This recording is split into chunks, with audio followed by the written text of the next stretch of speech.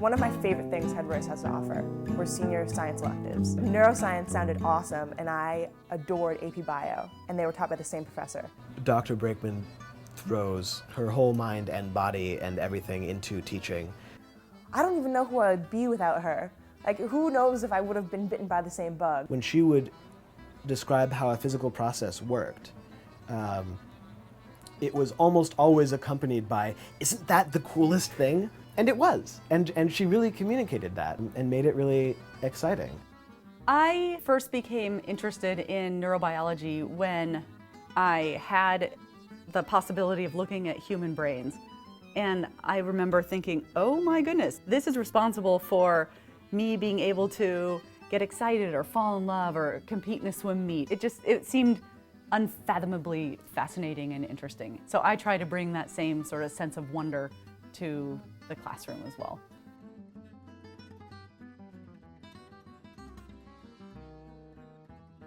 Around this time of year, my seniors will teach neuroanatomy to the fifth graders. Groups of maybe 5 fifth graders will rotate through the different senior groups. I remember we went up to the scary high school, and they had laid out all these brains. I think there were about like 5 brains or something.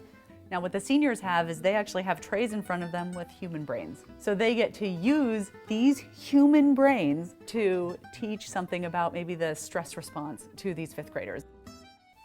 The only thing I clearly remember was we learned that little black dots in brain tissue were strokes. The fifth graders are in awe of these seniors. You know, these seniors who know so much, and they're such big kids, and they're so adult-like. I remember walking into the classroom and like seeing all these brains and the diagrams on the wall, thinking, someday I'm gonna be smart enough to know all of this. Like, it just seemed so advanced.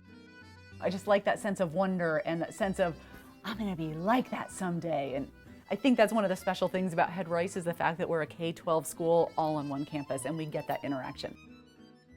The grant proposal, they can write on any topic of their choice in neurobiology and then propose 3 experiments that answer some overarching question that's currently not answered.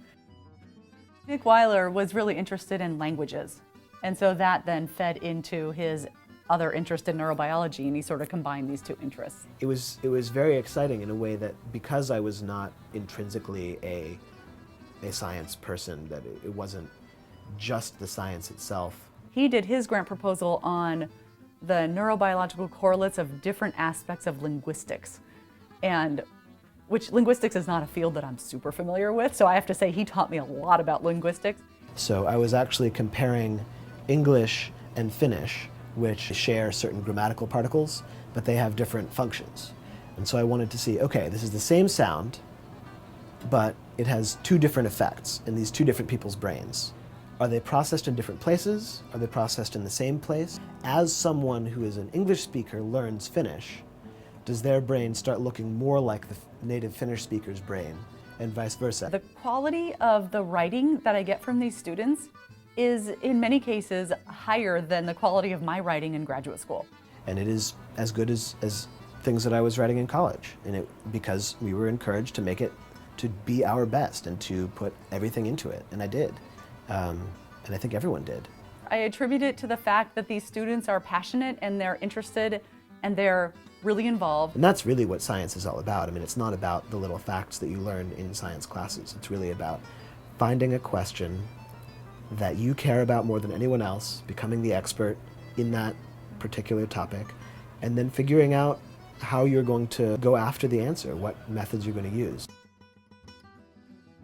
So many students, they come back and they say, wow, my senior year was sort of like the apex because I got to do these amazing in-depth things, but at the same time that I was studying neurobiology, I was also studying Islam.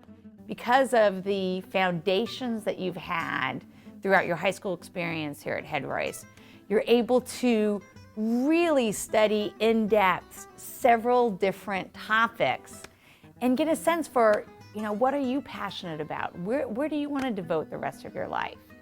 For most of high school, my favorite classes had always been history classes. My interest was really in different minds, which I only began to realize as I took the neuroscience class. I guess my relationship with science didn't really start until high school. I was gung-ho neuroscience at that point. Currently, my inspiration to continue studying is now going abroad with a neuroscience professor.